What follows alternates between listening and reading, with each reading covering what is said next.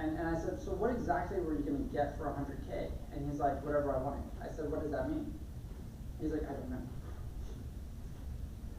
But that's market rate, between 10 and 30K a month is market rate for AI agents. So that I was expecting, right? I was not expecting to hear 100K, because that was just like way too high. And did they get that or no? No, they didn't get that. And what I wanted to know was who was the company, how many of they actually sold for this, and what are they doing? Because what I'm noticing is I'm noticing more young guys on LinkedIn. In their profile bios, they're having, we do 4 million MRR AI agentic services, right? Or we do 3 million, like very high numbers. And I'm looking at this and I'm going like, who is buying this? Where is this coming from? And what are they doing, right? Because building AI agents today still, you're gonna have hiccups, right? Like you're gonna have problems still. So there still has to be that, I give you the service, and now we're gonna give you our maintenance department who's gonna come in and tweak things every now and then, right? So to me, it's like, that does not seem like a stable field to go into right now. But of course, a lot of people are, right? But I'm learning still that most people still have no clue you can use this stuff with AI, right? So I figured I'm not going to chase that stuff. I want to chase the guys who just have deep pockets and say, look, I'm going to show you how to automate an entire system you've been doing by hand for a very long time. Because you can do it already, right? They just don't know you can do it. You know, I talked to some MBA students the other day, and I asked them, I said, do you know how to build products with AI? And they said, no. I said, do you know how to build logistics chains with AI? I said, do you know how to do your branding, your marketing, your financials, like all your financial spreadsheets with AI? No. I said, what the hell are you doing in an MBA school? I said, you need to drop out or ask for your money back. Because I can replace you now with that. You know, I said, I've done like 4 or 5 MBA programs, and I said, I did that before AI was here. I said, now I'm already outdated, it's useless. You know? Yeah. I mean, if you can't, I said, okay, cool. Like, you're spending 6 figures, build me a Shopify store. I don't know how to do that. I said, go back home and just ask for your money back. You know? Because most MBAs don't even know how to build a website. Yeah. So I said, how do you plan to sell? You know? But anyways, moving along. This is tonight's agenda. This is part of it. So I'm hoping we can get to all of it. We will see how far we get. We do have a lot to cover, and a couple of like interesting things, and then maybe something that y'all might be interested in that I just watched today, that I knew was happening, I just didn't realize how far it went down the rabbit hole with this stuff. So, and because it's a small group, I think we'll probably be able to get a lot of that stuff done. So, and then also feel free to ask questions along the way, because that just what makes it more interesting.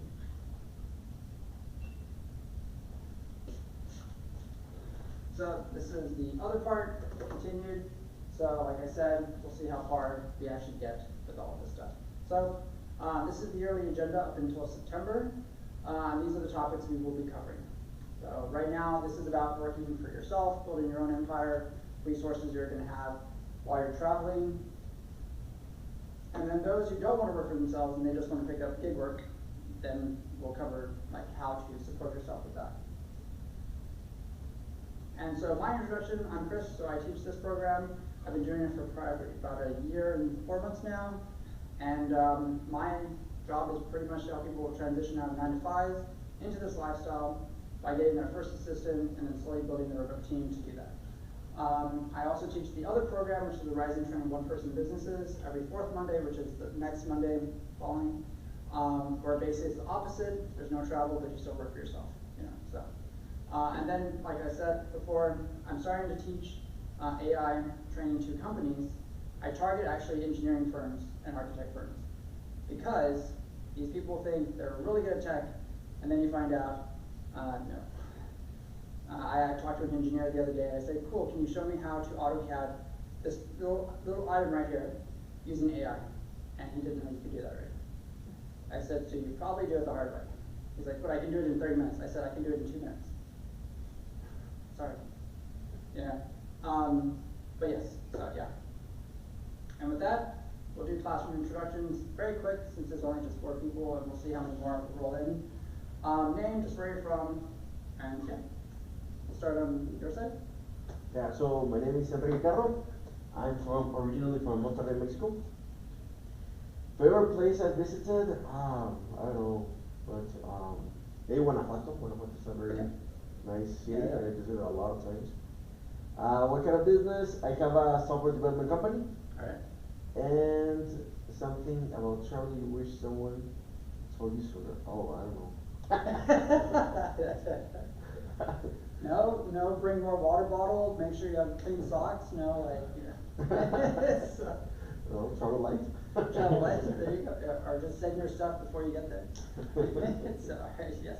Hey, I'm Eric, originally from Michigan. I actually just got back from Japan for the first time, which was incredible. Nice. Highly recommend. Good food, right? Oh, it's amazing. Yeah, everything is awesome. And right now the exchange rate's killer too. Of course. So yeah, I run higherlevels.com, and I also have a YouTube channel. Okay. So we do tech sales education. Nice. And yeah, we just went full time in September. Okay. And then something about travel, I'd say two things. One, Pampers, like the baby wipes. Just get a 10-pack. They're 99 cents at the store. Emergency situation, you're good. And then two, get global entry. Don't procrastinate. Yeah. I used it for the first time. It's nice, isn't it? Unreal. Yeah. Unreal. You just walk through? Yeah. So- I had a friend do his interview, and he had to drive all the way to Florida. Oh, really? To literally the border. And I was like, what on earth are you doing there?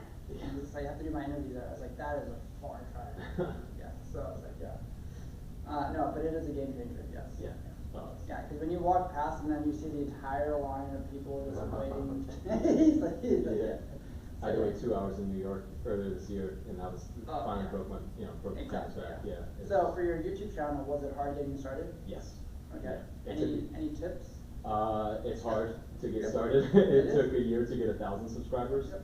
Once you cross the 1,000 threshold, it goes a lot faster. So right now we're almost 4 years in. We went from 1,000 to 7,000 in year 2. Last year, 7,000 to 17. And right now, we're on track to be at about 35 to 40 by the end of this year. So yeah, it's exponential in that way. Absolutely, yeah. Yeah. And yeah, I tell a lot of people, nobody listens to me. Yeah. You know, but yeah. Yeah. What's it on? It's called Tech Sales with Higher Levels. Tech sales? Yeah. Very cool. Hey, Yeah. got another subscriber. Yeah. Yes, alright, well, thanks. Alright, next. Hey, I'm Ethan, from Austin here. Alright. And, favorite, I actually too just went to Japan. Oh, no way? Okay. Yeah, Oh, yeah, I got back a couple weeks ago, and, took my wife there. That was her second time there, but she hadn't seen the cherry blossoms and all that, so. That's amazing. My business is Flight Fit. It's a disc golf smart store, basically Okay. using AI to give recommendations for discs. Nice. It aggregates, pulls in discs available, and it kind of lists it for people. Okay. So it's a conversational shopping experience as opposed to Yeah. that pulls in Okay. recommendations. Okay. Something, recommendation for traveling, I would say, download bathroom apps. Always knows where those are. And always carry your own bottle of water. Absolutely, yeah. Or bring a life straw. Yes. Alright, next. I'm John, from Minneapolis, but lived in Austin for 2 years. Basically, I feel like I just want to learn more, so learning how to build and run an AI business would be really cool, especially at this point in time. Yeah. And then, favorite place I visited, probably Mexico. I've been to Mexico many times. I love Mexico. I feel like it's super underrated because it's right below us and nobody knows about it. Yeah. People that I know. Travel, portable charger. You gotta have a portable charger. Solar powered, so you never run out. That's probably my main tip right there. Yeah, actually, I was at Sam's the other day and I saw these portable power generators, right? And they come with solar panels now.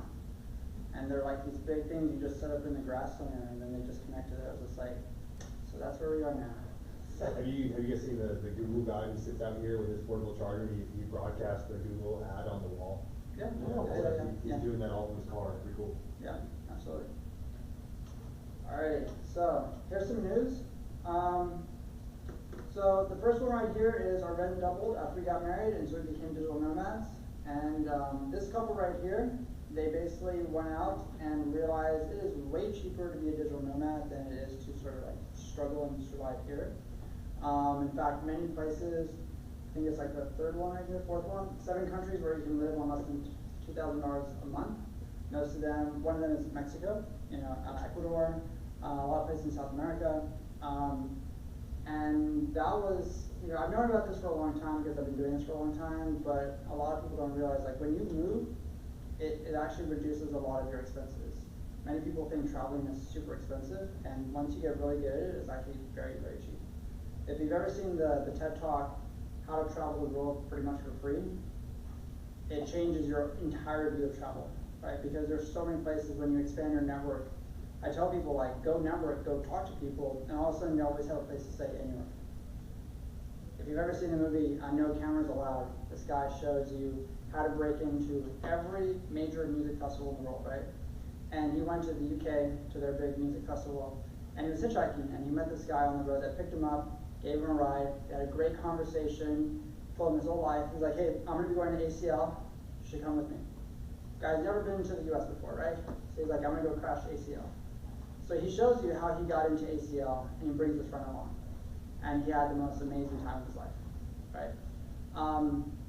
And many people are just too afraid to talk to other people, right? When you do that, all of a sudden your world just shrinks. But when you're that social butterfly in the room, man, all of a sudden you're on a boat somewhere in Indonesia eating something you never thought would be what you're eating. So, like for you in Japan, like right now, there's tons of small towns in Japan that are hiring anybody that will come over there because they're losing tons of people, right? And so you can go get a job right now. Only caveat is, you gotta speak Japanese. But you get all your benefits paid for, your medical, everything, retirement. You just gotta be comfortable living in a town of like maybe 100, 200 people, of mostly senior citizens, right? So, but yeah, the next one right here, this is an app that is basically for digital nomads. It allows you to be able to bank anywhere around the world, so that way you don't have to deal with all these exchange rate issues, you don't have to keep opening bank accounts in different countries, things like that. And so they're taking off, they just applied for everything in the US, and they're hoping they can get approved and started right away. So that way you can have another account with them, so when you leave to another country, you have your money with you always. So yeah. And I've noticed that these hybrid hotels in Edinburgh, they're trying to attract more digital nomads. So they have like tourists, right? They have all this stuff, so like, how do we cater to digital nomads? And now they're saying, like, we're gonna open co-working spaces, we're gonna have rooms that you can basically rent per afternoon or like per hour or so just to have a break. Because they're noticing in Japan, you've seen the little 1 hour hotels, the tube hotels, dollar hotels. They're trying to figure out new revenue models on how to cater to that market. And the overlooked financial strategy, yeah, this guy right here basically sat down, he was just like, how can I maximize my taxes in every country to where I can basically make money as a consultant and still hop around and still have money coming in and save up using index funds and ETFs and things like that. So, and a cautionary tale of traveling. This has been going on now that things are very different in the US. There were 2 students who came over to the US thinking they were gonna backpack around, and they were stopped by customs and interrogated pretty much the whole day. They had their passports confiscated. Is that the 2 German girls? Were they teenagers? Yeah. Yeah, that was in one of those. I think it was in Hawaii. Yeah, that's right. Yeah. They started in Hawaii, and then they were going to go into the US, and they were stopped, and they were like, this is ridiculous. This is pretty dangerous. True. But the problem is, it's happening to Americans too now. If you saw the big case where this American came in to the US, got stopped at the customs, was separated from his family, and he was pulled aside. People in just plain clothes entered the room, said, hey, we need to have a talk with you. We need to get your phone. Turns out, he was a lawyer for one of the students at a university, and that's why they're targeting him. Complete American, right? He was not a foreigner or anything like that. He was a lawyer. He knew his rights. He knew all this stuff, but they wanted his phone, and it's just really bad now. So, yeah, that's why if you saw South by, the number of people there just dropped tremendously. Like, it was just so dead at South by, But yeah. So anyways, here's some humor. So if you've ever worked in corporate, you know what the first one's like. And if you've ever worked as a digital nomad, you know what the last one's like.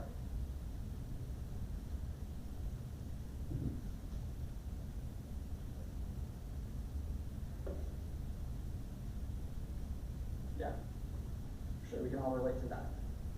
But yeah, I like to share these because she's one of these artists that really knows that lifestyle, and so she puts up some really cool comments for that. So anyways, yeah, so we're going to cover just the basics real quick. Most people think like it's a lot of instability, which is kind of true, you know. You're always moving around. That's why most people don't show up to this one, because they love their nighttime routine, they love their dinner routine. As a nomad, you have no idea where you're going to be in the next 3 months, what place is going to be called home, how things are going to change.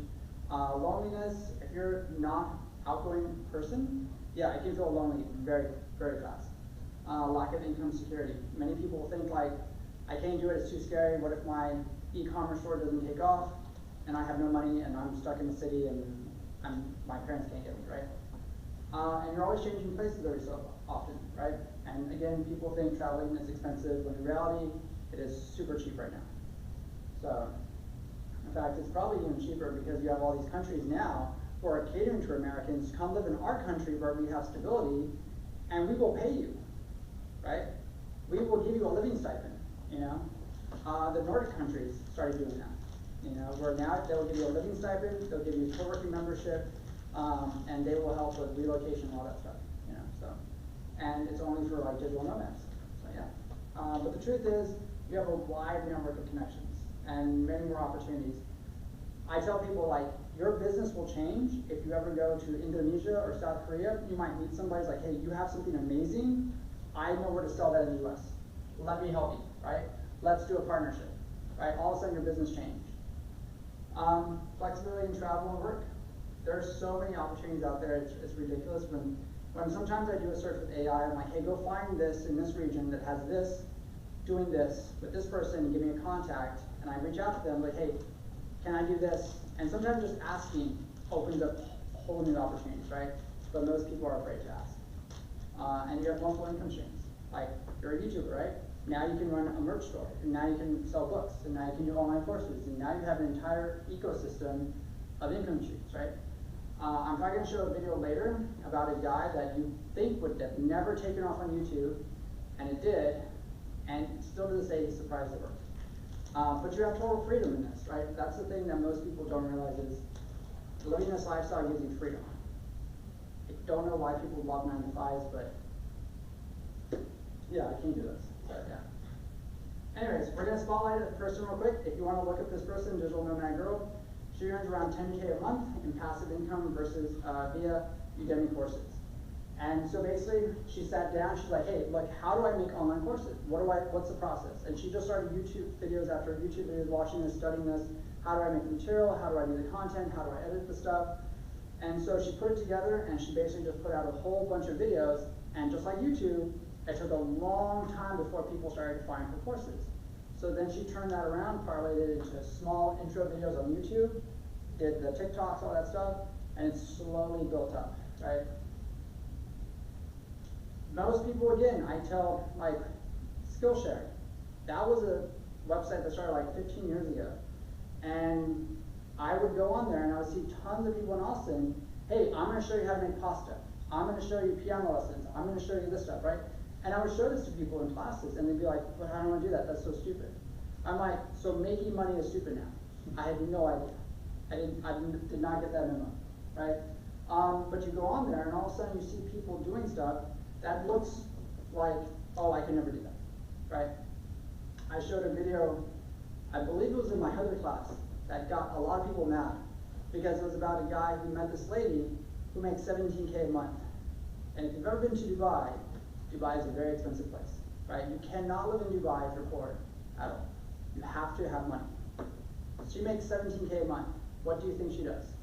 Just start off with the industry. Just start off with the industry. What do you think she does? Marketing? Okay, anybody else?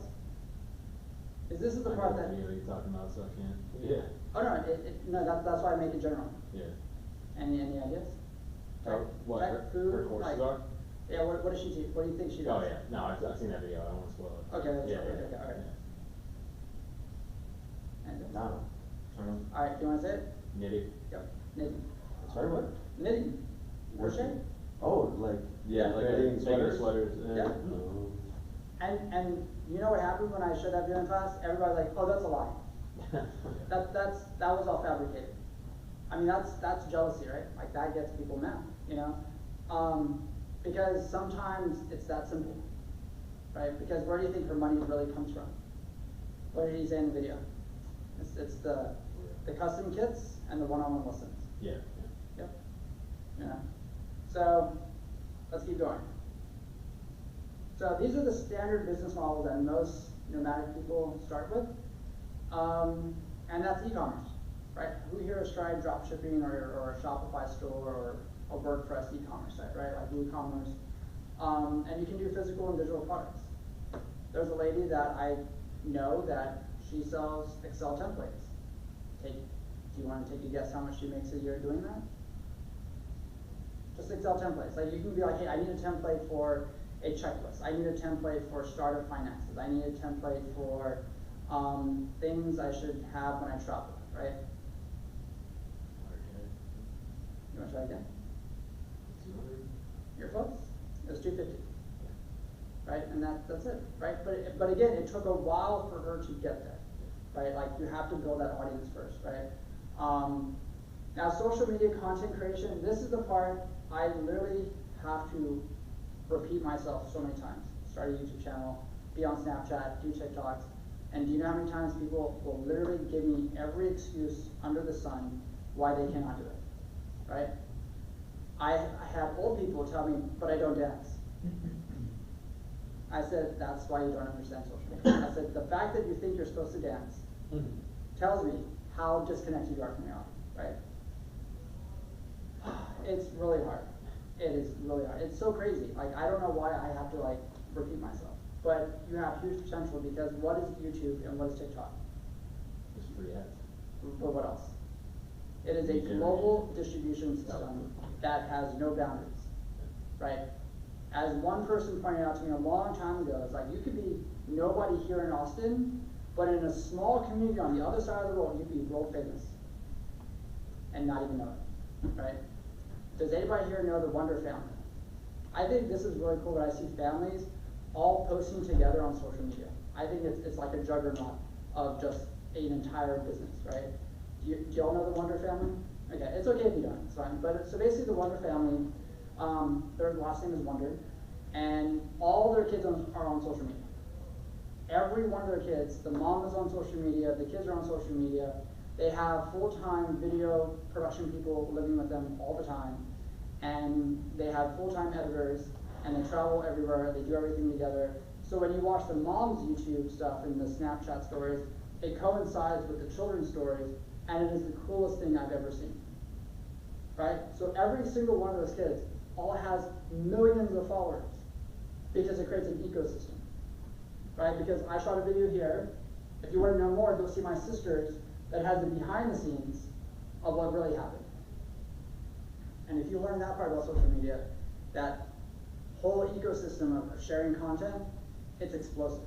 It's really crazy, right? And so they were just in Dubai. They're in Abu Dhabi right now. And I mean, literally they get there, hordes of people show up. And all these kids are surrounding them looking for autographs, right? And the older brother is like trying to get his younger brother away from this big crowd because they all want their autographs and pictures and all these things, and then people are showing up with gifts, and they're like, we just want to hang out. I was like, yeah, but you knew what was going to happen when you get on social media. It's the fame, you know? But going on further with that, you have freelancing opportunities. Who here has picked up freelancing gigs, traveling, right? Like you can pick up, build a website here, do graphics design here, do writing for somebody there. Now we have SaaS platforms with AI that build SaaS products in like, what, 10, 15 minutes? You know? Yeah, favorite. You know what's funny about that is, so I showed a program called Marvelism in my other class, past summer, right? And I actually built an entire SaaS platform and showed them, right? That company pivoted. And I was like, y'all had an amazing product, why did y'all do that? They pivoted to AI agents. I was absolutely shocked. I'll show you in a few minutes. But I was shocked at that, right? Because their product system worked. And I think it came down to their marketing, which every time I would tell people, go to Marvelism and go check it out, they could build an entire SaaS platform, right? And nobody knew about them. So who's the platform now for SaaS? I mean, I see Replit a lot and Bolt. But that's for coding and backend stuff. Oh, sorry, that's what I thought you were referring to, like building a SaaS. No, it builds the whole thing for you. It builds Yeah. the front and back end, all right there. Yeah. Yeah, it just takes all that stuff, does it, right? Yeah, yeah. Anybody wanna? Seven. No. Zapier? No, that's workflows. Yeah. The platform for SaaS. Yeah, for building SaaS. Lovable? Anybody Oh, know? I've heard of that one. Yeah, it's a yeah. new one. Lovable was designed as a way to replace engineers, and the marketing just didn't work. So they had to pivot and change the entire thing, and now they have Lovable, which again to me still sounds like a terrible name. I don't understand the relationship with that, but you go into Lovable, and it's a text to SaaS environment. So I need a, let's say SaaS platform for Airbnb doggy kennels, right? And then it will go in, it will find all the stuff, it will build the back end, put all the kennels in Austin in one place. It gives you a booking system, and then you can go in and say like, no, can you change this and move the button here and change the color of this, and you can just talk to it, right? And it does all that stuff for you, right? In fact, I will show you a little bit of that. But yeah, to me, it's very cool, right? But what do y'all know about stuff like this? Because every AI tool now is a paywall system, right? It has the free stuff up front, but if I actually want to touch the stuff, what do I have to do? I have to pay, right? And if I want to be able to deploy to Google or Apple Store or anything like that, I gotta pay, right? Other than that, it gives you a beautiful environment. You have a great sandbox to build in. But if you want API connections, guess what? You gotta pay for that tier. And then if you want to test this, you gotta pay for that tier. And they know that, right? So it's cool and all. You can do a lot of stuff with this. It's a very powerful tool. But if you don't have the money to maintain it, it is useless to you, right? What has your experience been maintaining, like one, have you even pushed anything to production? And then two, like I don't know your technical background if you have one, have you been able to maintain something? If so, I've helped people build, like that's my job. Like I help them, so I went in here, I took this, and then we moved what we had here over to Cursor, and then we finished the rest out there, right? But Cursor's the same way. If you want to go further, you have to pay for those features, right? Because they would still wanted to add different things and change it around. But why do you switch to Cursor? well, it wasn't my choice. They wanted to, yeah. So I just followed them, and they're like, hey, we have what we need. It gave us everything. We want to move over here. So they tried that. They built everything out, and they put it for production. But again, their marketing wasn't there. So even though they had a great, nice little simple app, there was really no traction building up. They were trying to do like a friendship dating type deal. When you go to an event, it pairs you up with another person that's at the event, and they just weren't building traction for that. So even though you may be able to build a lot of cool stuff, it still comes down to marketing and getting people to use your stuff, right? Who owns the IP once it's built? So you are supposedly you. Problem is, because of how large language models work, all that's been trained on the model, right? And that's where the problems come in, because people are just like, hey, I built it in here, but I used your large language model to do that, but they trained with your information to do all that, and it's a mess, right? It's a sticky situation. So if you're okay, You're advising against this. I can say yes or no to that. I mean, it's up to you. It's your company.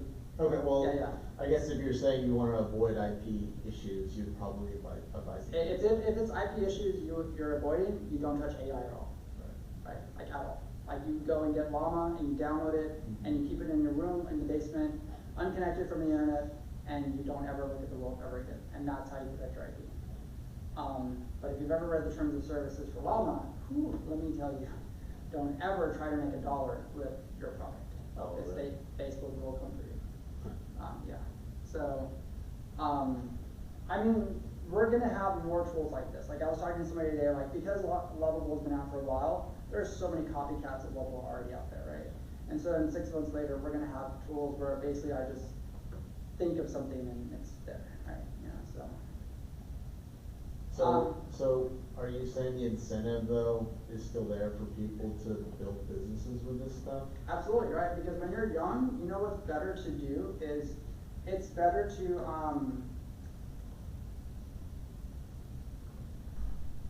to actually just film what you're building, build that audience, and showcase your skills. Because guess what? If I can do that and I build my audience and I can see like, hey, I've knocked out 5 apps this week, I've built 7 SaaS products, I'm gonna get job offers than me trying to just continue doing that, right? Well, let's say I wanted to focus on the product itself and not just build a bunch of platforms and that be the business. I don't wanna just make ad revenue from building random stuff. Right. I want the business, if it's an e-commerce store, I Sure. want that to be the business. Okay.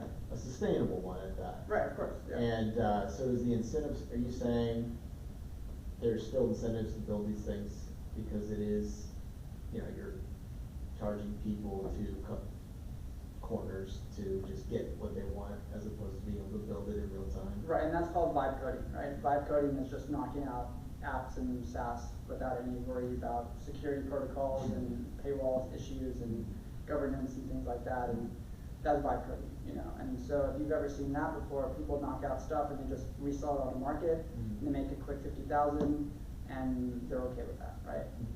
Because there are SaaS reseller platforms you can go to and say, hey, I built out 5 SaaS environments, I'll go list them on the site, sell them to whoever wants to buy them, I make a cool 200,000 or something, right? Cody Sanchez talks about that all the time, you know? Just vibe code your way to $1 million and you're settled, right?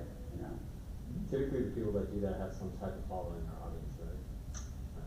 Yes and no, right? Like vibe coding is a new thing now, but yeah, you kind of have to have an audience, and that's why I say like it's better to build in public now, because if you build by yourself and you don't do anything and you wait for perfection, that is literally the recipe for failure, right? Like that's the recipe for failure now. I've had so many arguments with people over that because they think like perfection is what gets you to like YouTube status, and I don't know what that means, right? Yeah. And I'm like, yeah, because that's how people view everybody, right? Like they only see perfection. I say you need to show the faults, you need to show your process, you need to show your bad days, which are your good days, and you need to show your days where you just aren't doing anything because you don't know what to do, right? People relate to that versus that YouTuber who is just so perfect looking that they're just making millions every day and then they become unrelatable, right? So I'm just gonna show you this video real quick, YouTube literally changed my life in 4 months. And in this video, I'm going to tell you why that happened, how it happened, what I did to make it happen, and how you can make it happen for yourself. Let's go back to March of 2024. So a year ago, my name is Rob. If you're new here, welcome, it's nice to meet you. And if you're returning, welcome back. A year ago in March, I decided to make a go of this YouTube thing. I had a channel, it was over 3 years old, and it wasn't going anywhere, it was dying, in fact. I hadn't made a video in months.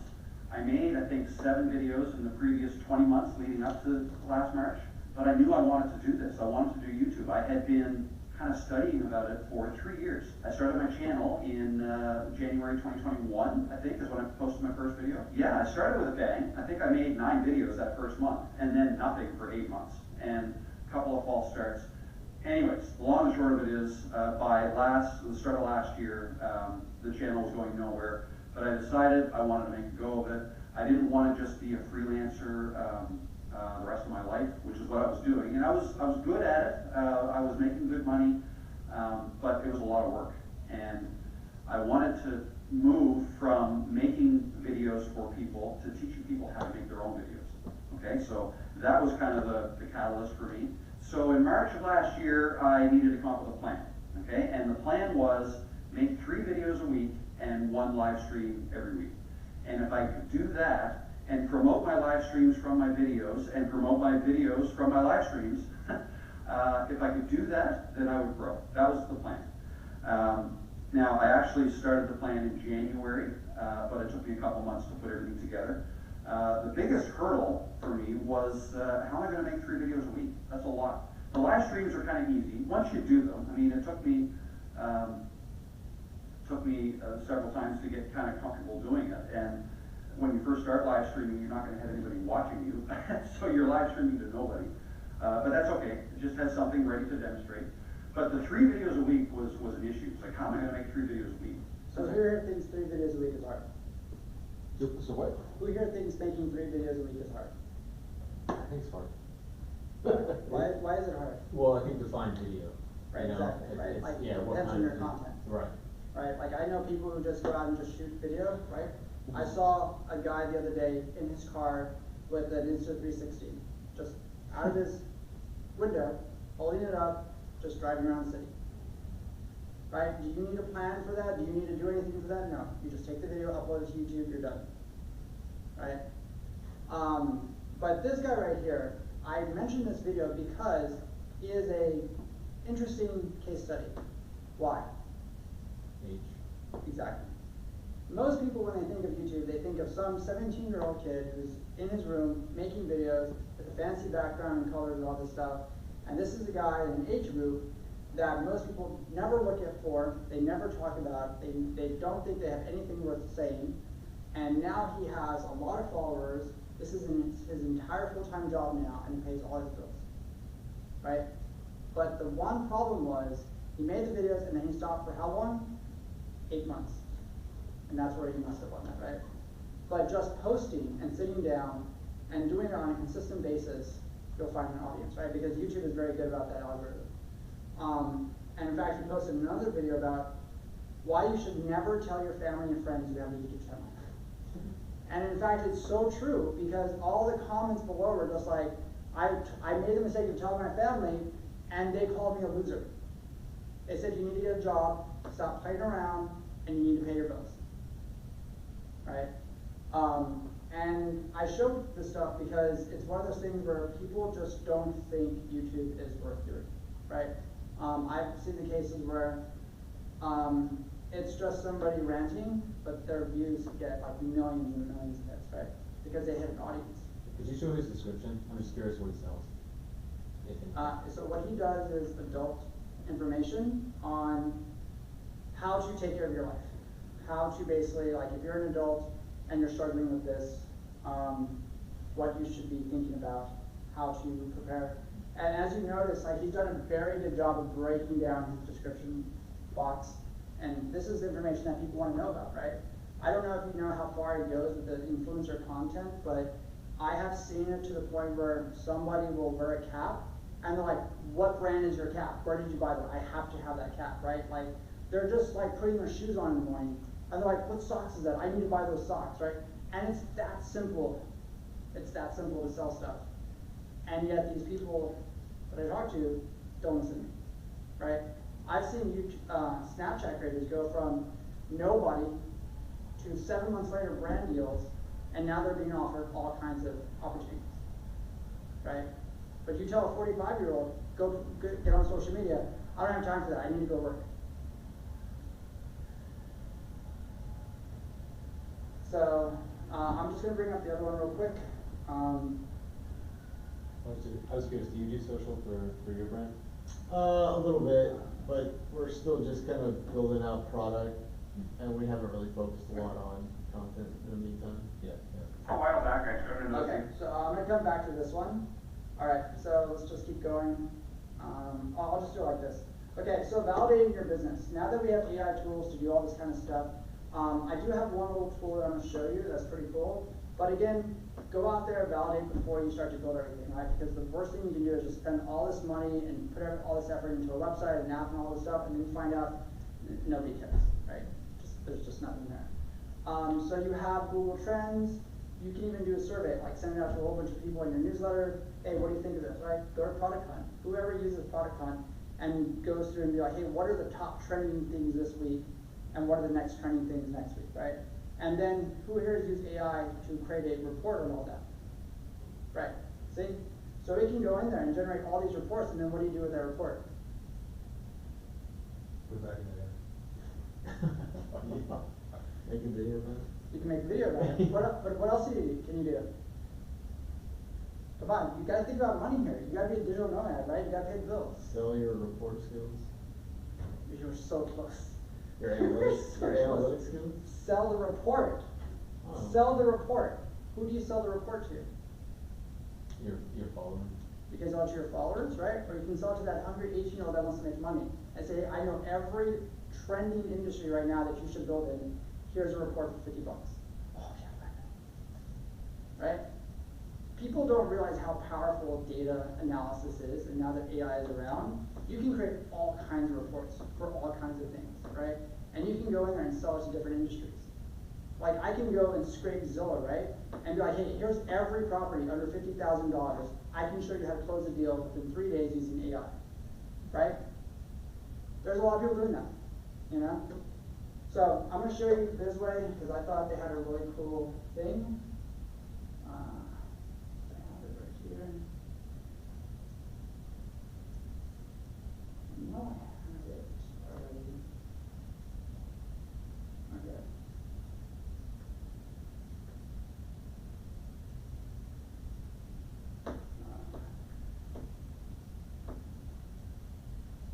I just wanna say your tabs are outstanding. I was gonna say, would you have a heart attack if your browser crashed or like? So do you want me to tell you about my amazing browser? So my browser is actually Vivaldi, and what it does, it has one of the most amazing, efficient way of handling memory with tabs.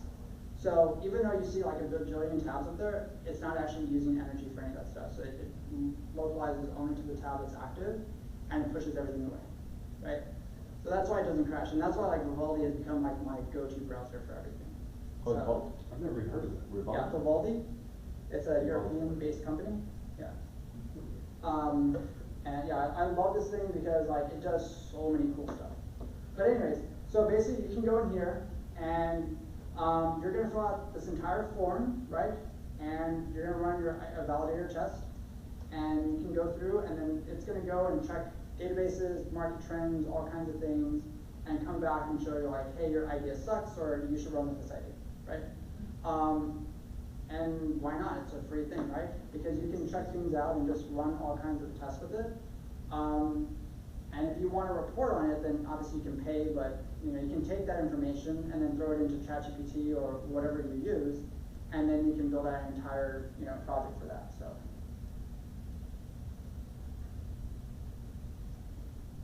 Let me ask you too, like one of the things, so we do a lot of like courses community, that's our primary revenue generator. We've been thinking about building a SaaS. Short answer is like, I've been running free tests with ChatGPT. So as an example, I'll make a free ChatGPT bot with, that I distribute to our audience. I'll make a tutorial, Okay. and then it's just email gated, so I'm collecting emails right now. Yeah. Over time, do you think building a SaaS to distribute to our audience is a distraction, and or like, yeah, I guess we're trying to target like business professionals. Okay. So quite frankly, people in their 9 to 5, and I don't know how often people are willing to pay for like a $30 a month SaaS if their company's not paying for it. So I don't know if you have like, I know I'm niching down, but people yeah. would definitely pay for that. But the Yeah. idea though is you would have to make the SaaS to where it creates a sort of like the people use the product, right? And it kicks them back to make sure to sign up for the newsletter, make sure to check out this. Hey, we just dropped a report for this, go check it out. Like when you shop on Amazon or Walmart, you go and you purchase your item, you check out and then you're done, right? But if you're in your SaaS environment and you give that to all your clients, it has the information that they need, it has all their stuff, but it's constantly kicking them back to make sure to sign up for this, or hey, we noticed you're not registered for this, did you forget, right? And it has a feedback loop system, right? So that way there's constant attention given to areas that you want to make sure they're aware of, right?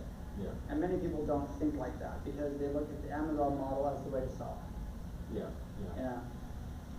And so like, if I'm not distracting from your presentation, No, like yeah. it would be like a productivity tool for sales professionals, right? Just AI layered into sales processes. In that example, how would you envision it kicks back to other aspects? Because generally speaking, like the goal would be to land with individuals at large companies, and then start to approach management and say, hey, we got 50 people using our tool, let's get an enterprise license, you know? So then, what would, before I answer that, what do you think it should kick back to? If the person is using it for productivity, what should it do? Hey, come on in. Cool, he's got a good time. Okay. What do you think it should do? Because you just told me who your target audience is. Yeah, I mean, so one, we would capture our first users from our following. We got like 40,000 across platforms, and then we have an email list.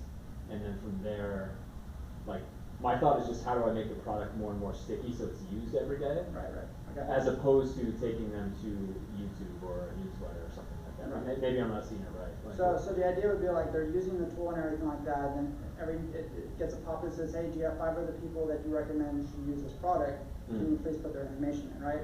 Do you have 2 managers that we can speak to who would love to use this tool? Okay. Please enter their information. Like it's a kickback. Yeah, incentivize that. Right, see? Yeah. So as they're using it, it keeps doing different questionnaire stuff, right? Like, hey, do you have a friend that you know isn't doing too well? If you recommend our product, we'll give you 1 month free, right? Stuff like that. Do you find, and sorry if I'm going to the here. Yeah, so we do affiliate marketing with our education platform. Pretty standard there. With this, do you find incentives for a free month versus like cash in hand makes a difference? Like if they get a free month versus they get a $10 kickback for anyone signs up or something. I just couldn't you do that in 2 different verticals? What do you mean? Like, So, for example, like the cash back would be for a certain action, and then the free month would be for a different action. right? Yeah, I guess the point being tested. Right, exactly. Yeah. So then you would test where it's best to do free stuff versus where it would be best to do like, hey, we'll give you back, $10 in credits or something, right? Exactly, right? Because it all has different use cases. Okay. Right? And that's where most people mess up when they do e-commerce and Shopify. They all think it's just one thing. But who here has actually looked at all the apps on Shopify? It is ridiculous, the number of apps on there, right? Yeah. But I've seen some cool apps that do some really amazing things for $50 a month, of course. But man, they make that site super sticky, right? And they make it very lucrative to keep people coming back. Yeah. So. But this is another one right here. I thought this was pretty cool, using AI to validate your business idea. 5 ChatGPT prompts and tools. So I was going through here. There's 8 AI tools just for validation. So check my idea generator, Rebecca AI, Dime a Dozen AI, Validity AI, Armchair AI. So again, for almost every AI tool out there now, there's like 50, 100 copycats, and it's just constantly exploding more and more. But again, it just goes in further in like, how do you set everything up? What are you trying to do? And how do you do all this stuff? And like I said before, you can automate a lot of this stuff. And now you can just have a report generated every Friday and take that report, have it posted on your website or your newsletter, and sell it, right? Which is, I'm sure you've seen tons of people do that already. So, but going back over here, you have AI tools informally, just the one I showed right now, Nerdy Nave, Flowkitten, but there's a lot of ways people are using AI, and that's why I watch so many YouTube videos for this stuff and TikToks to see what they're doing. And some of them are just so far out there that like it makes sense. In fact, the thing I'm about to show you later on, it's a real thing. Don't do it because it's not good, but it's what people are doing, right? So, but let's keep going with that. So our next case study, this is freelance work, right? So if you want to do freelance, this is Mark. He does freelance digital marketing, and he uses Upwork and Topple to basically go out there. He sets up an agency account. And then he goes and hires the people on the platform, grabs the jobs, has them perform it, and then he makes the revenue, right? So he built up a strong portfolio, client relationships, good reviews, has competitive rates, and he can do this anywhere, right? There are people who have gone to Upworks and Fiverr, created agency accounts, and they've made millions of dollars with the business, right? So it's absolutely doable. Is it easy? No, right? But it's doable, so. And as long as you're on there doing like consistent work, yeah, you'll get attention real fast. So if we keep going right here, essential tools and resources. So again, most people here know most of these platforms for communication with your team when you're remote. Slack is pretty good. Zoom, WhatsApp, River is another one. Project management, Asana, Trello, Notion. Unfortunately, I have to say Microsoft Teams, but it's not that great. So, he's even smiling. And Remove payment it. it's, I know, it's terrible, it's trash, you know. You know, payment, if you're gonna go that route, you know, PayPal, Venmo, Wise, and there's some other ones popping up, but yeah, you know, remote platforms for finding work or setting up agency work, yeah, those are all pretty standard stuff. But I did include one here where these are some pretty good resources for nomads just to know about when you're traveling, right? Because many people, like I said, the more people and communities you're connected to, the bigger your opportunities become, right? So again, there's the Reddit Digital Nomad group.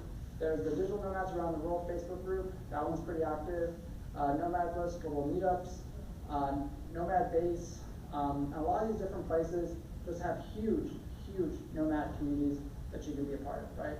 And if you message them ahead of time and say, I'm coming in, where should I stay, what should I do? They will be happy to help you out. Yeah, so yeah. I'm gonna try to use this site. I don't know if it'll let me. All right, I'm just gonna not click on anything because every time I click on something here, it kicks me out. I don't know what it is with the Wi-Fi here, but this is Nomad, and this site was created by Peter Levels. If y'all know who that guy is, the famous Peter Levels of the Nomad world. He created a site that basically aggregates every city around the world and gives you a cost breakdown of what you need to know as a nomad if it's worth living there. So if I want to go live in Bangkok, Thailand, it's going to average about $1,500 a month for all my bills, right? If I want to go to Kuala Lumpur, it's going to average about $1,300, Tokyo, $3,400, Da Nang, $1,100. And what's cool is it also gives you a breakdown of the community, like weather, speed of the internet, resources to know about, what type of digital nomad programs are there, who to meet up with, stuff like that. So Mexico City, I can live there for $1,500 a month on average. So, ooh, Chiang Mai, I can be there for almost $1,000 a month. But yeah, Berlin, no thank you. It's too much. Ooh, I can go to Nepal for $750 a month. I mean, there's nothing there, so don't. But anyhow, you start to see like how resources like this are extremely valuable, right? Like, so I could take this with an AI tool, right? And I can compose reports every single day and just sell that, you know? So.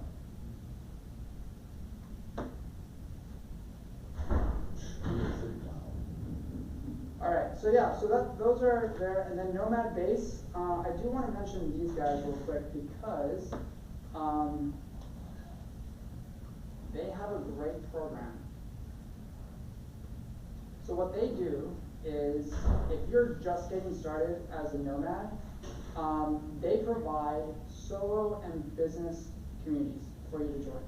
Right, the next one coming up, if y'all want to go out to Spain, this is, yeah, south of Spain, April 28th. So if you're free and you want to get out there real quick, you'll meet with some people over there, global events, online communities.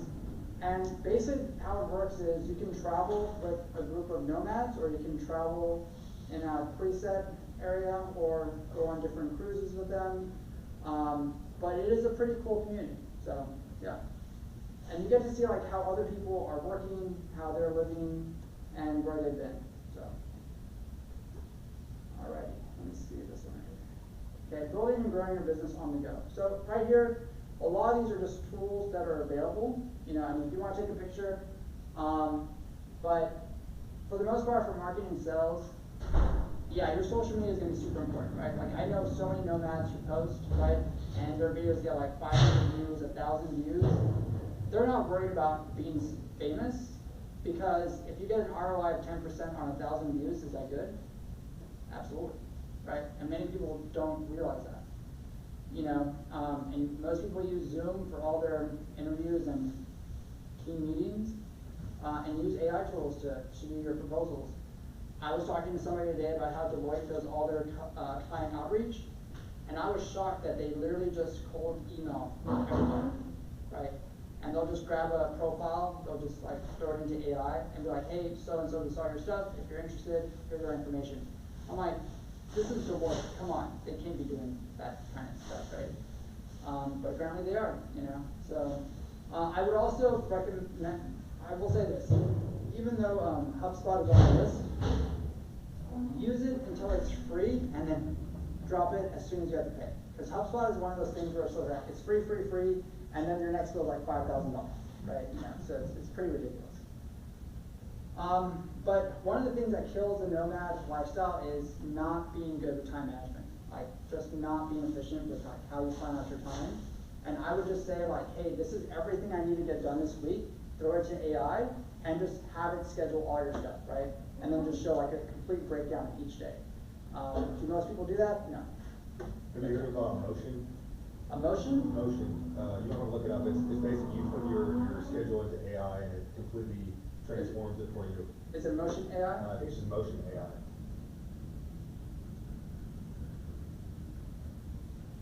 This one? Yeah. Oh, nice. They advertise that it saves you like 10 hours a week or something right off the bat. Yeah. But essentially, yeah, it's just like project management, sync through your calendar or stuff like that. Okay. What is the free tier get you? Good question. Yeah. I'm sure it's like ChatGPT and everybody else now, if you notice, like you'll use it, and it's like, oh, by the way, you have to sign up now. Yeah, I think that's probably what it is. Yeah, so yeah. Quick question for you on the other tools. Have you found any that take content of any kind and transform it into a blog post that you like? I've seen a bunch of them, but like I'm trying to get one that's not going to break the bank for the 700 YouTube videos we have. So I maintain a small database of stuff. I mean, I sell this list, but like, I know there is one. Let me see if I can find the marketing one. Yeah, there's one that I did like for marketing. Content Dojo, AI Content Dojo, and that one's really good. But Jasper's been around since the beginning, and they're very good at what they do now. So they're probably like the leader in what you're looking for marketing. But that's more transcription. Is it actually taking it into blog posts and whatnot? They can do all that stuff, yeah. Really? Yeah. So yeah, I would probably say like start with those. I mean, I know I have a lot more, but yeah, start with Jasper first, and then move over to AI Content Dojo, and go from there. But yeah. But anyhow, so where are we in this? Okay, after this one, I'm going to show you the next part. Okay, so yeah, keeping your business running smoothly. I would definitely say get very used to using Zapier, if this and that, and then make.com, build out entire like automation things for yourself. Slack, Zoom, obviously, for your team.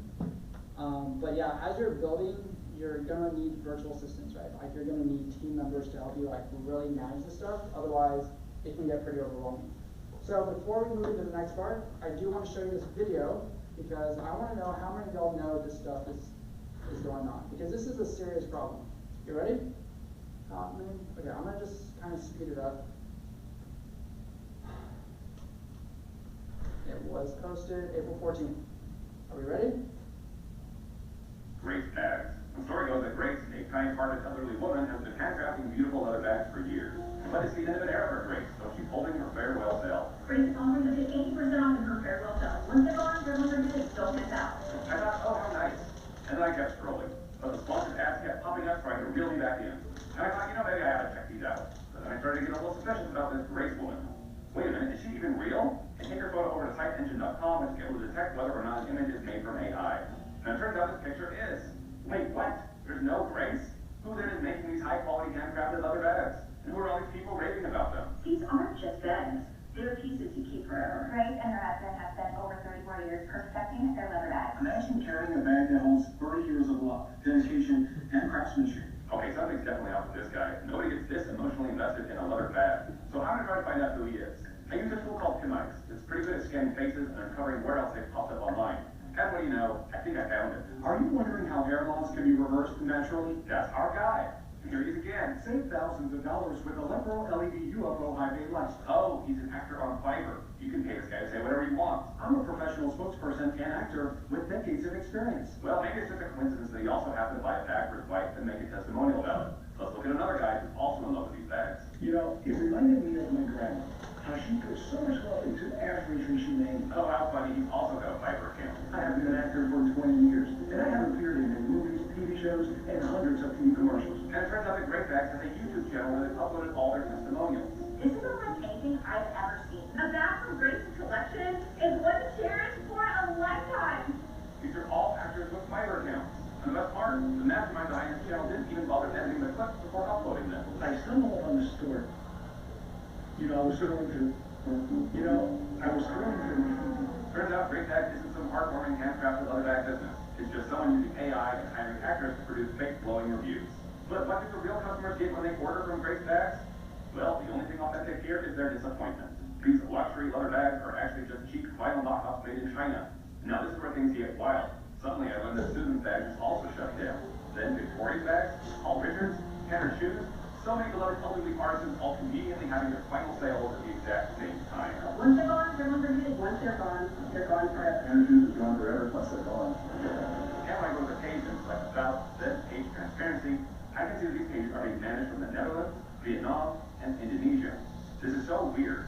But then I get an ad from Henry's. Hello there, I'm Henry, and I want to share a bit of my story with you. For over 33 years, I've been crafting watches by hand. Yeah, of course you have, Henry, in my life. There's something special about creating a watch that stands the test of time. Something classic and meaningful. Every detail, every move.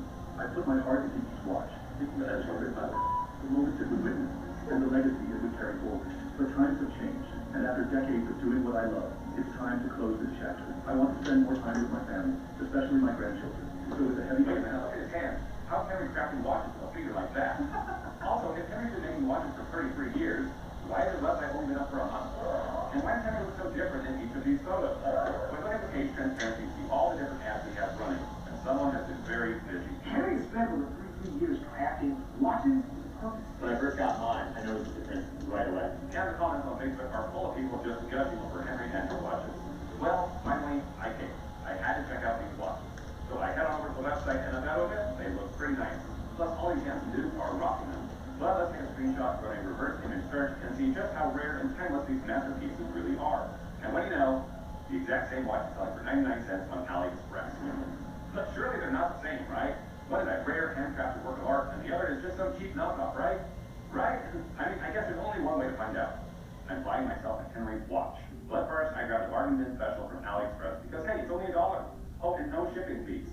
I literally paid $1.06. Henry, on the other hand, is charging me $40 for this timeless wristband wonder. And considering it's usually $200, I figure I'm getting a steal. So I ordered. Now, I know that I'm dealing with a suspicious business, so handing over my real email address seems a little unwise. The good thing is that I'm using Aura, section sponsored of this video. With Aura, I can generate an alias that forwards emails to my main inbox while keeping my phone for me, but Aura's AI is working for me 24/7. Honestly, just seeing it on my home screen gives me peace of mind. If you want to give it a test drive, use my link and let them know that. So I'm notified that my watch from Okay, I'm AliExpress. gonna stop right there real quick. So what do y'all think so far? Why do you think I'm trying to do? There's my little bullshit. Lots of different AI tools that you can use to find out the truth or veracity of something. Okay, yes, that's one. Yes. What else? You were close, yeah. I mean, if you have a legit business, you could probably cut some corners with content, but there's obviously taking it too far, probably. Okay. What else? It's the distribution. I mean, that's pretty genius. Having like a bunch of warmed up accounts posting. I don't know if they were sharing on their own TikToks and Instagrams, but also testimonials are like huge for our business as well. So. Right. But the reason why I showed it is because to build stuff like this now with AI, it usually takes like maybe 2 hours, right? It's a very fast iterative process because it all follows the same template, right? And so when I talk to people about like, hey, when you're building your stuff, like you can build a Shopify store and they're just like, but it takes so much time and it does this. I said, these stores literally pop up within like 5 minutes. I said, the reason why they do that is because the people in the back end, which are in foreign countries, they have a template that they follow. The AI goes through and builds everything out super fast. And then they go in, they hire the actors, they do all their stuff. And then these sites are literally making hundreds of thousands of dollars by I think it's like 4 or 5 days running, you know, because they're very efficient at what they do. Right? So when I meet people who are building SaaS products and they can't even sell one client, I'm like, you should just go be a scammer. Like, if you cannot sell SaaS, then what are you doing? Right? Because these guys have a very perfect business model, and that is they have the template, they know how to market, they know how to run the viral ads, and they know how to get the sales, right? And they create what's called basically that psychology of, hey, it's gonna end soon, right? So you have that limited feel of like, oh man, I need to buy now before they're gone, and that's what they're using here, right? So yeah, that's why I bring this up, because as a nomad, knowing how to build this fast and grow this fast is the reason why videos like this exist. I'll show you.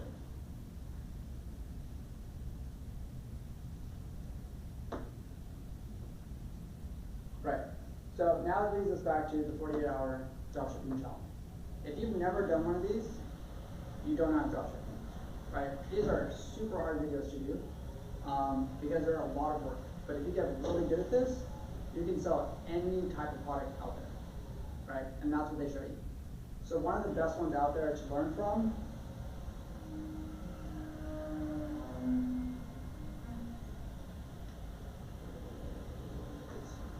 there it is, that guy right there.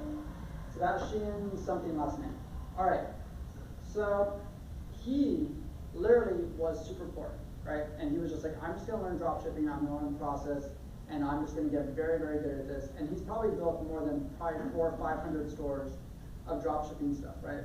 And he went through and he just sat in his room and he would just post video after video of like what he did, how he got started, what was he selling.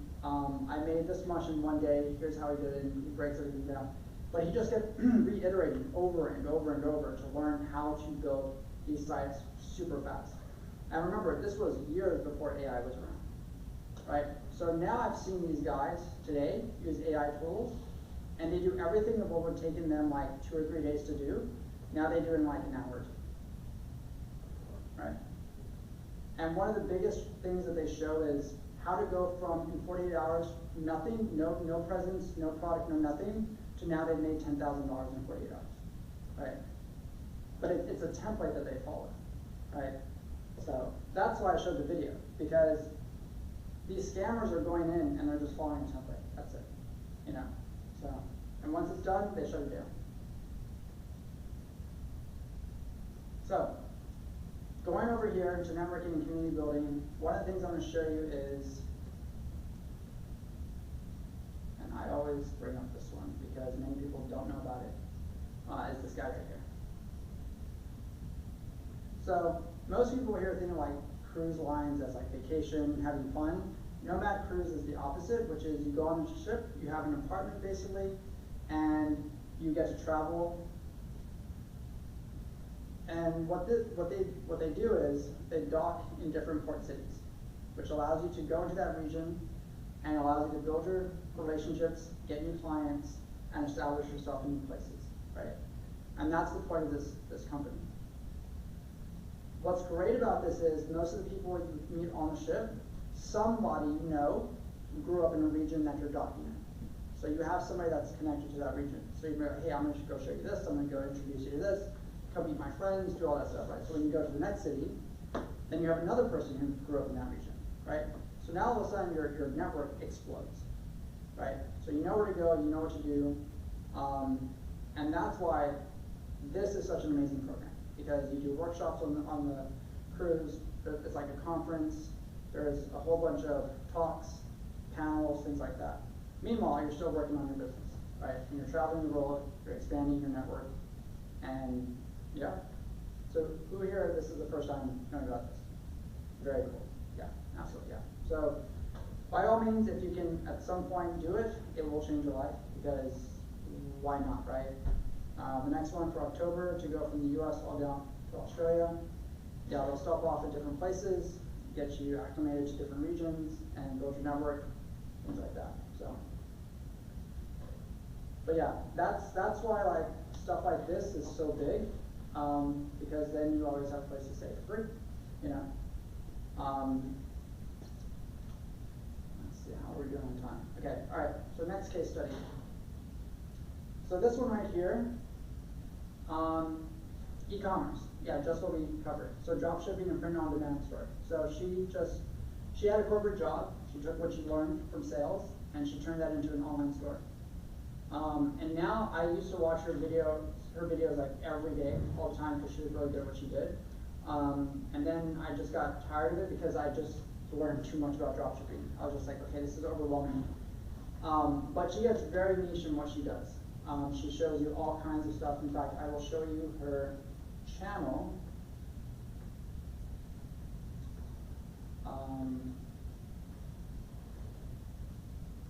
There it is.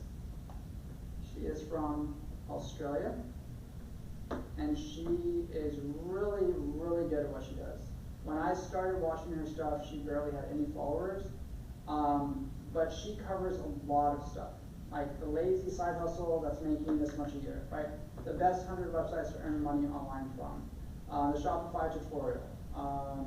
Let me see when I was doing her videos.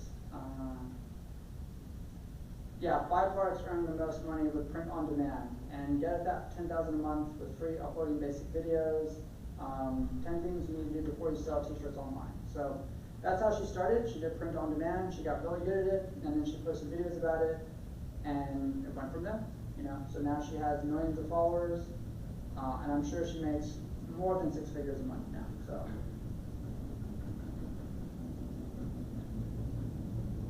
But yeah, her idea was to post, use social media for advertising, and she would just target people who only wanted to sell t-shirts, right? And that was the key to her taking off, was she would look for people on Twitter, and she would be like, hey, I know your problem, I just posted a video about it. And she would reply to all those different comments.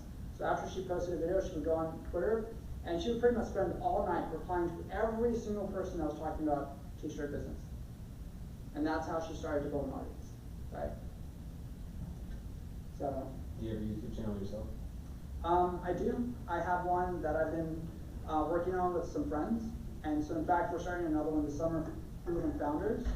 So I work with a drone company right now to help get their interns and all that stuff. But this is something we talked about a lot because I go to a lot of events, I go to a lot of networking stuff. In fact, all day tomorrow, I have like events to go to. All right? So the funny thing that people know me for is I don't go grocery shopping anymore, right? I've eliminated that entirely out of my life. So because of that, I'm very good with food. So my friends and I were just like, hey, we should just sit down and start talking to all these people that are founders of restaurants, and why don't we have them bring in some food, talk about how they got started, why did they pick this type of food, and what are they hoping to do with it, right? And then what happens? We get to eat free food, we have a great conversation, we produce some content, and we drive traffic to their restaurant, right? So that's something that we're probably going to be working on because people love food, you know? In fact, do y'all know this guy? Let me bring him up real quick. I'm very curious to know if you know these people.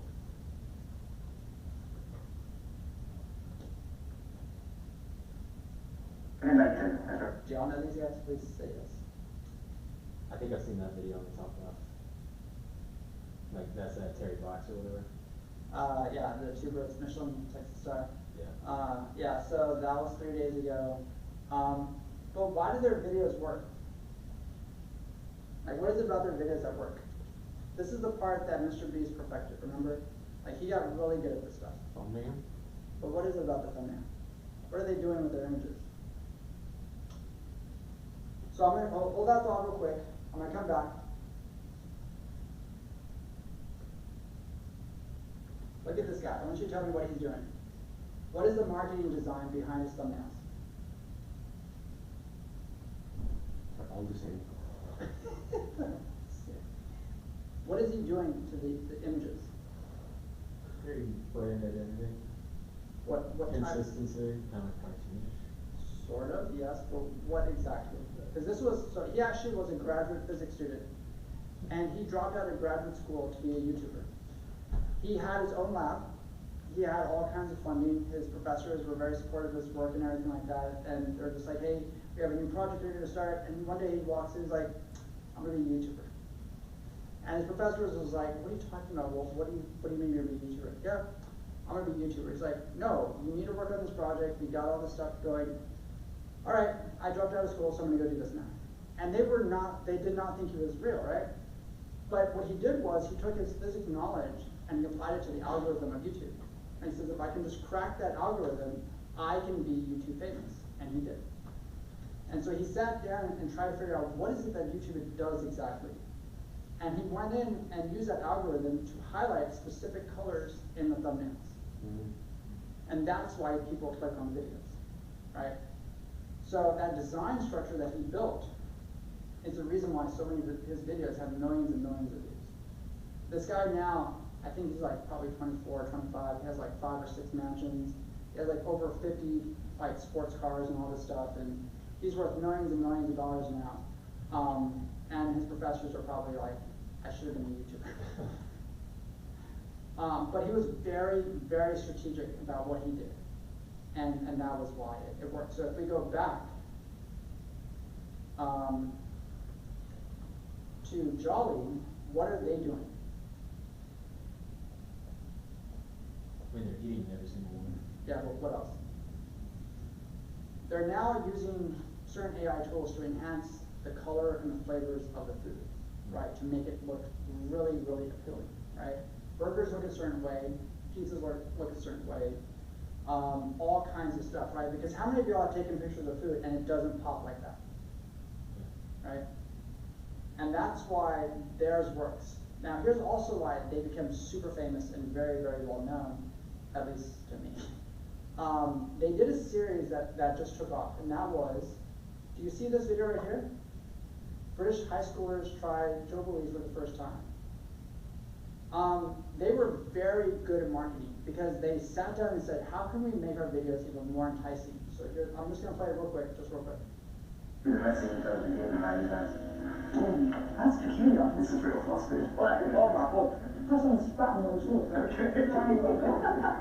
Today, we're trying Johnny. I know how to do it. You've never heard of Johnny? Okay, so they basically found a school that they knew, that they kind of grew up in, right? And they went to the school and said, hey, could we introduce food that these kids have never ever experienced before and record it, right? And the headmaster said, sure, why not, right?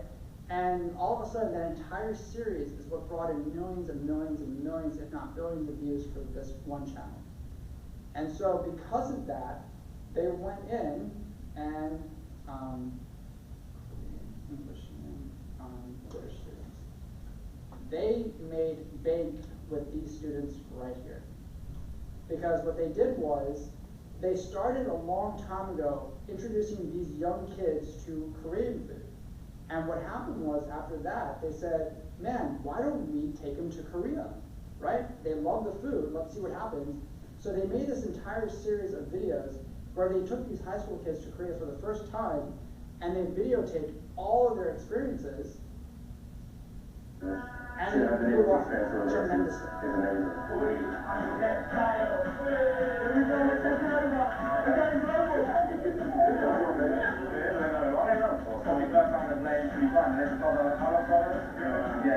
Great time. On the play now. You ready? Yeah, I'm ready. Here's our seat. Here's our seat. Oh, cheese up. Oh, that's good stuff, man. So they have about 12 cameras set up all around them, and they bring in just tons of food, and they're very well edited and they're very well curated in content. And because of that, their videos get millions and millions of hits, plus hundreds of thousands of comments from that. They get a lot of shares, they get a lot of relikes, and it is crazy the virality that they created for themselves. And I've watched every single one of these videos to see like what exactly was the marketing strategy, and it just completely worked. It is so, you get so hooked on watching this stuff, you're just like, what happens next, right? What are they doing? Now, Central, so where we're going today is Unearthing. We've got traditional market. And most of you guys want to get souvenirs and stuff for your friends and family at home, so we're going to give you 100,000 won. Yeah, so now you know a YouTuber, right? So, but it works because when you do stuff like that, that's how YouTube takes off. Because you watch the videos and then you get hooked and you're just like, I gotta watch the next one. Yes? So we're hammering YouTube pretty hard right now. I'm curious, what are some of the better video editing AI tools that might bring this together? Because obviously I don't want to, personally, so I came here today, so like I'm not necessarily becoming a nomad, but I am starting a business. I want to see what you had to offer. Yeah. But I am interested in creating more content. very small team, it's like Sure. me and two guys. Yeah. And I have a marketing background, but I'm not like proficient in video editing. Yeah. I was back in the day, but like not like, it's not my job anymore. What is the content you're creating? So the content would be, just stuff like this, it would be first person point of view, Okay. stuff like that. Alright, And, how many cameras?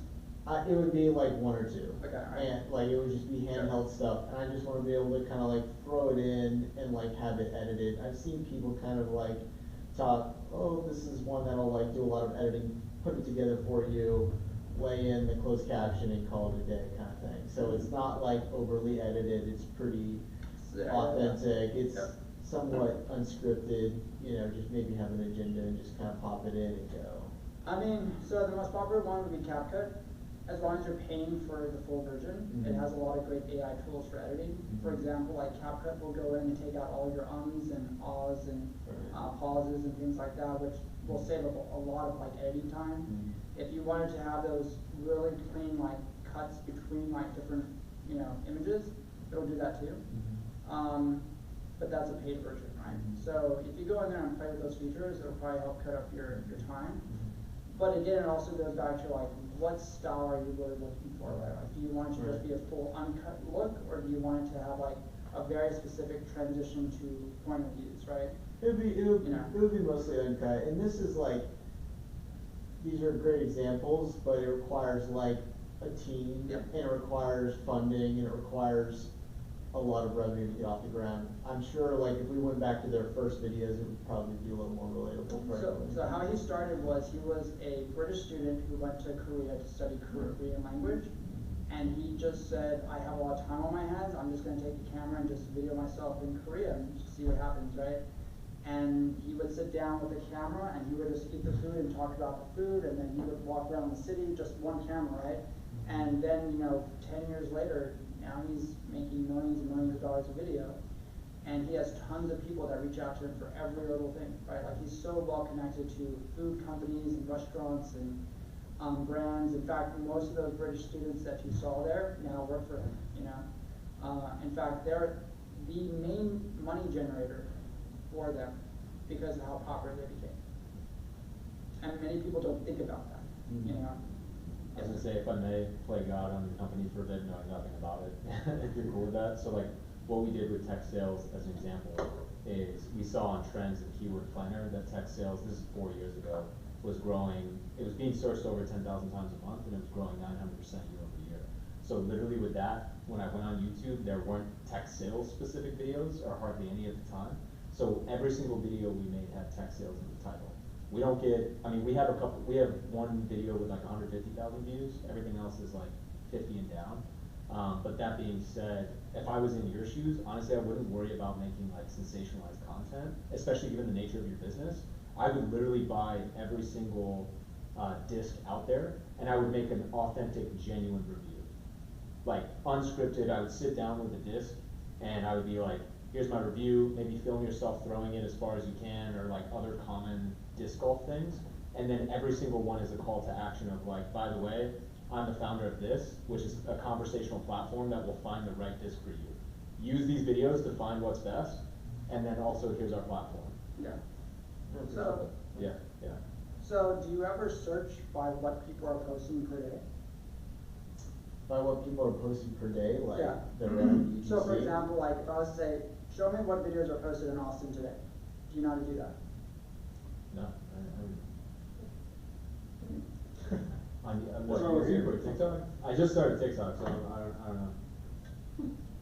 But yeah, like also, if you're thinking about TikTok too, it's like, here's why this is the worst disc ever created, or here's why this is the best disc ever created, or like, I shaved 2 strokes off my game when I started using this disc, or something like it, all types of hooks you can use. Appreciate that, thank you. Yeah. Alright, so what we're gonna do is we're gonna check only videos, and then I'm gonna filter that out, and I'm gonna only check within today, right? And I only see what's posted today in Austin, Texas. Wait, sorry, could you throw that filter in again? I missed that. Yeah. It's literally just the filters. Yeah, so you do videos and you do today, right? What has been posted today for Austin, Texas, right? And so you can determine like what else you want. But I just picked video and I only want today's uploads. And so it just shows me like in the last 3 hours, this was posted by Fox News. I'm a man swings from a crane downtown, and then Texas gas service, so 1 hour, 3 hours, and this is literally what has been posted today, right? I get to see what's trending, what are people talking about, what are people doing. I see all the latest shorts that have just come out. And then 5 hours ago, this one right here, 12 views, this one right here, but it tells me also who are the influencers for Austin, who are the realtors for Austin, who is the main people that is getting the most views, right? That gives me a lot of information to work with. Because if what's catching people's attention is stuff like this, then if I go make a video that's similar to that, then it's gonna get traction, right? Yeah. But it also, to keep in mind, they also have their own audience as well. So now you have realtors that post. And then you have news channels. But yeah, that's how you do that kind of stuff. So if I was to search, let's say, Denver, and I put the same filters on, video, and I do only today, then I know that everything I see is the latest, right? And I get all my stuff only from Denver. So, but yeah, gosh, I can't believe I didn't know that. Alright, well, so it's interesting. I do a different, like, there's no value for me to search what's made in Austin, Texas, so I definitely search, like, I mean, if you don't mind me. Sure. Well, okay, so if you search like cold calling tech sales, I'd be curious what even comes up in the first place.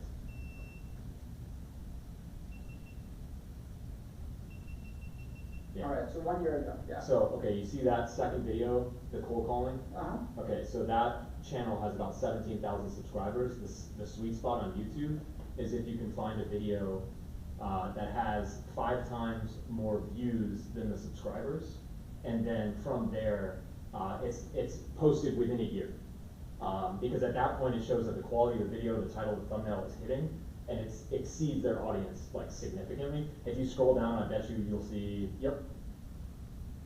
And that's our first ever video that has over 100,000 views, and we copied the exact same premise. Now the content is 100% original. Sure. But if you look at the thumbnail, I literally just pulled cold calling down to the top. Yeah. Or from top to bottom, Yep. and then I threw, like, the guy I interviewed was like the #1 SDR at Oracle, which if you're in the tech world, hopefully, Right, yeah, so, Yep. yeah. So anyway, just like confirming your point here, like, this is a very real thing. Prior to that, I've never had a video with 50,000 views. In 6 months, that has 140,000 views. It's absolutely Right. insane.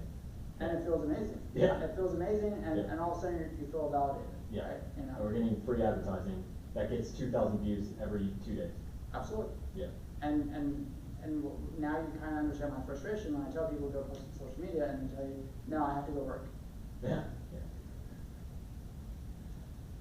But I would say the biggest difference for you, and again, this is my 2 cents, sorry if I'm playing armchair quarterback. I'm just going to turn this on. Oh yeah, for sure. But it's, so if you're doing YouTube, go by search. So what are the most popular brands? And I would start, because like people when they go to YouTube are generally searching, as opposed to TikTok, which is like doom scrolling. So it's like when you're making, and again, I'm pretty amateur, especially at TikTok. I'm still a small fry. I mean, we've got 24,000 subs. But on YouTube, it's very much search-based. So what are the popular brands? I would start there, the brands that everybody knows, and I would make a 2025 review. So it's modern, right? So it's a brand new review, but I would put the exact name, like one, I would see what's out there. I would make your own title, but I would include the brand and the product itself and do like complete review 2025 or something like that. But if you're going for TikTok, I would go a little bit more sensationalized, and I would just say, like, you know, a couple ideas come to mind, like, here's why this is the best disc in disc golf, or like, here's how I shaved 2 strokes off my game using this disc specifically, or like, here's the most overpriced and overrated disc in disc golf. And like, those are all premises that immediately, again, you're not going to get necessarily 3 million views, but anyone who knows anything about disc golf is immediately like, okay. And then if they keep seeing you again and again, and you're purely just doing reviews, now you're a trustworthy source and they'll buy whatever you have. So, yeah.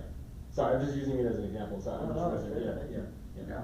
And of course, you know, this is why a long time ago, a lot of these YouTubers would start off with the main channel, and then they're just like, how do we get more people to follow us? And they started to have a behind the scenes channel, right? And so they use that to drive the traffic to their main channel, and all of a sudden created this ecosystem of sorts, right? And now that we have all these different platforms, Instagram and Blue Sky, and then we have TikTok and all these other ones, it is literally an ecosystem of like how you run things now. Like it's a business, very much so, right? Yeah. I see kids on Snapchat who, my God, they know how to run traffic so well. because it's not about like, hey, I just did something really cool, like go check out my Instagram story to find out more about it, right? You're driving that traffic there. Like, hey, I'm running a little contest right now, go check it out. And the first person to say this on my comments gets the first attention, right? Like they'll get a DM from me. Most adults don't do that. They will post a video and they don't understand how this whole ecosystem works because they think too much like an adult, right? And yet the kids know so many viral ways to move their stuff. Yeah. But again, what are they posting? Hey, I hung out with my friends, they get much to do this, right? I told this guy who was like 7 years old, I was like, if you posted a video every night, and it could just be you rambling on about something, right? And you keep doing that for 6 months, what's gonna happen? You're slowly gonna have an audience in 6 months, right? Because most people I meet are just like, my video only got 100 views, this is a waste of time. I'm like, okay, keep doing that every day then, and add it up, right? Because there was a guy, I hope you know who this person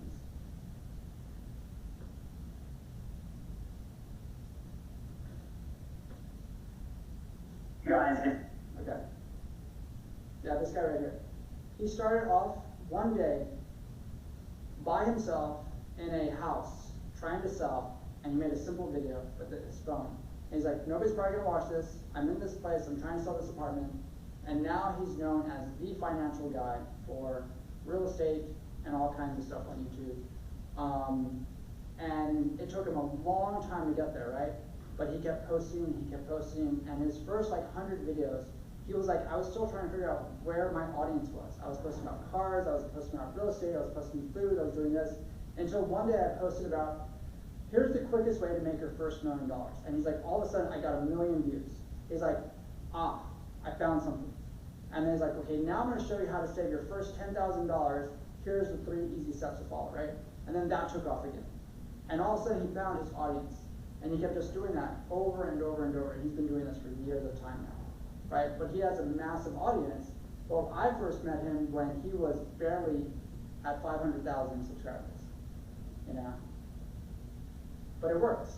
In fact, another guy right here, I think this guy is even more impressive, this guy right here, because, I don't know, look at the houses he does. Just look at the prices.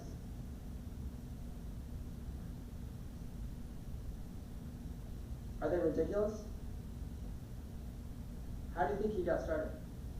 What does he do with the house? He built the house? No, he just talks about the house. Oh, he talks about Oh, he doesn't even sell? He's not even. No, he sells them now. Okay. But Yeah. that's not what he did in the beginning. Right. So do you know any tools to like, I know Mr. Beast talked about optimizing thumbnails, and that, I think that's the point you're hammering here is Yep, yeah. optimizing those. Are there tools that analyze those combinations, or you can kind of somewhat program a thumbnail and give it images? It'll tell you like, I don't know, maybe pull stuff from your video and make a thumbnail. So this one right here, this is a free AI image generator, but the only way it works is you have to give it an image first, and then you type in the prompt, right? So it's gonna ask you, upload your image that you want, right, that you have, and then you're gonna give it a prompt, right? After that prompt, it's gonna go in and change everything, okay? And it's gonna slowly edit things, and you can keep readjusting stuff, right? I mean, is this optimized, is this specifically for like YouTube thumbnails where it's like, I need to optimize something that grabs attention, I need essentially an AI platform or a template that knows what's workable? That's right there. Okay. Like they have the YouTube thumbnail system down pat, right? So you can go in there and you can find a certain style or look that you're looking for, right? And then you can upload and you can adjust to that. Playground? Yeah, it's playground.com. In fact, it's such an amazing tool that even the free version just does so much stuff. Like I can generate so many images just for free, right? Yeah. But if you want to add the paid stuff, you can go in and yeah, you can pretty much optimize towards all these kinds of styles that you want, right? Like I can go in and make it really look nice. Like I can make New York pop even more. And that's exactly what I'm harping on here is the fact that like this guy went in and his story is he had his phone, he went to open houses, and he just talked about the house. That was it. That's all he did. And he posted a video, and all of a sudden, someone was just like, hey, I liked your video, can you come to my house? And he's like, what do you mean? He's like, yeah, I liked it, can you just talk about my house? We're trying to sell it. He's like, okay, fine. You know, he went and shot the house and talked about it. And now he only gets invited to houses worth more than pretty much $100 million now, right? So some of these homes are so absurdly ridiculous. But you also have to remember, he didn't have any money doing this. He just went to open houses because it also had free food. Go figure, right? And now he gets invited by all these very wealthy people to come and sell their houses, or even just to talk about their house. And now he's an international real estate broker. Was he trying to become an international real estate broker? No, he was not. And now he makes millions and millions of dollars off of a lot of his videos. He does private jets. He does, yeah, that house right there. But it is so ridiculous. So he just stole MTV Cribs. Yeah, pretty much, right? In fact, my favorite video he did, probably almost killed him, was this one right here. My name is Nomadic, and welcome to another episode. On this channel, we go some of the most beautiful properties in the country, and today we have another special one. We're here in Santa Barbara. So everything you see behind you is one property. For California, about for this ranch, which consists of 3,600 acres, which covers the entire valley right behind me. And I remember he did an interview about this video. He's like, this video almost killed him because it took so much effort to shoot the video, to edit the video. It almost killed him because it was just so stressful. It was so stressful. In this episode, we're going to cover 3 main homes located on this ranch, starting with this one right here. The first property will be like his newly constructed. So you had to do drone shots, you had to have cameramen, you had to have all these kinds like interior stuff, and it was just insane. It just took forever. But anyways, again, he fell into that because he just went around talking about his stuff, right? Like how many people have done videos where like you're talking about the food you're eating and you think nobody's gonna watch you, and all of a sudden people are watching you, right? So with that, we have got, oh shit, okay, we got it. All right, book recommendations, I have these right here, and then also I have some other books real quick. So The New Tourist, this is pretty interesting, some of the new changes that have been going on in the industry, so if you're curious about that, this is a good book to read. This one right here, I have read this left and right, Digital Nomads for Dummies, so it has a lot of great resources, a lot of them have been updated, they've been changed as well, but it's a good starting point. And who here saw this book during South by? Nobody? I got a free copy of it, yeah. Okay, good, did you read it though? I did not. Okay, so it's actually pretty good. The guy talks about how he first started using AI, and he realized he doesn't know how people are going to work in the future, which is kind of true, you know. But it's a great starting point in understanding like how do you build an AI company and where do you go from there, and what do most companies today still not understand about AI. Yeah, so that one, that was pretty interesting.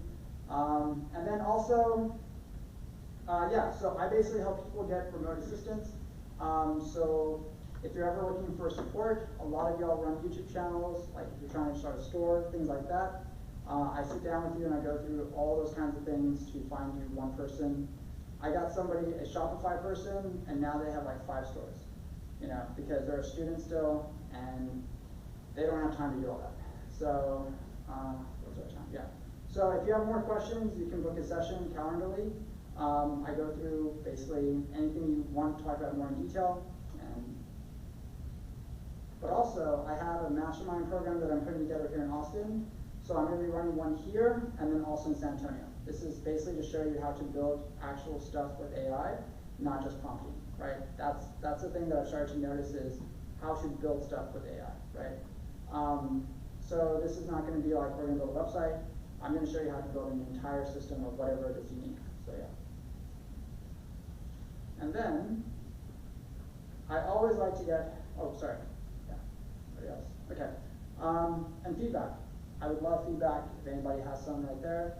What to improve, what did I gloss over, what was not covered in detail enough. And this just gives me a better sense of just like, hey, what can I do, or what do you want me to cover more in the coming months? Because again, this runs all the way until the end of the year, so. And with that, if you want to keep in touch, that's my email, and that's my LinkedIn. And I thank you for coming. I think we have like 2 minutes before we have to be out of here, and then the community people have to show up. So. What's your website? So my website. So yeah, so for this program right here, I use the Luma. Yeah.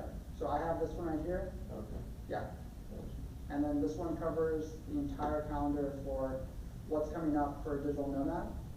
Does that include the other programs you showed? Yeah, so the this one right AI. here, so if I go back here, yeah, that one's my AI Fusion. So the next one I have coming up, this is in San Antonio. So every Saturday I do like, hey, these are the latest AI tools that have just come out on the market, right? So I want to bring that here to Austin because I feel like that would be something a lot of people would love, because if you don't know, there's more than 1,000 AI tools that hit the market every week, and I know we're close to the real number, right? And that's just the US. That's just the US. That's not international, right? International is more like 100,000. But again, you have to remember some of these tools are very, very small and they're very niche. So knowing some of them doesn't really apply. But yeah. But anyhow, yeah. So I run a lot of those. My next one coming out for Rising Trend is next Monday. So if you want to come out, doing branding for the solopreneur. So yeah. Next week? Yes, next Monday. That will be on the 16th floor at 6 p.m. But yeah, so hopefully y'all got something from that or some of those videos. And if you haven't started a YouTube channel, go start it. So. Oh, and go watch those kids. It's a really good series. Appreciate it. Yeah, absolutely. Yeah, thanks for coming. Very nice. Gotta run, but I'll fill out the questionnaire. Okay, all right, perfect. Okay. Thanks a lot. Yeah, good night, man. I'll see you.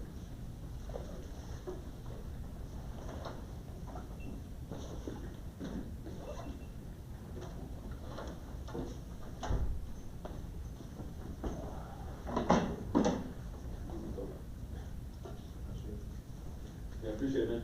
Absolutely, yeah. Yeah, Thanks great to for meet you. coming. Yeah, absolutely. Hey, good to see you again. Yeah. Okay. Yes. All good? Yep, absolutely. Are there any big events coming up, or? Tomorrow we have Tequila Tequila. Okay. There's one over there, there's one every time. Oh, Thank you guys, appreciate it. all right, take care, man. All right. I will try. I have to see what happens. I have to go back to San Antonio. Okay. I always tell my friends up here. Yeah. Yeah. Oh, thank you. Sure, absolutely. Oh, so you're around? I'm gonna be on your next one? Yes. Always interesting. Oh, thank you, man. Appreciate it. Yes. Yeah.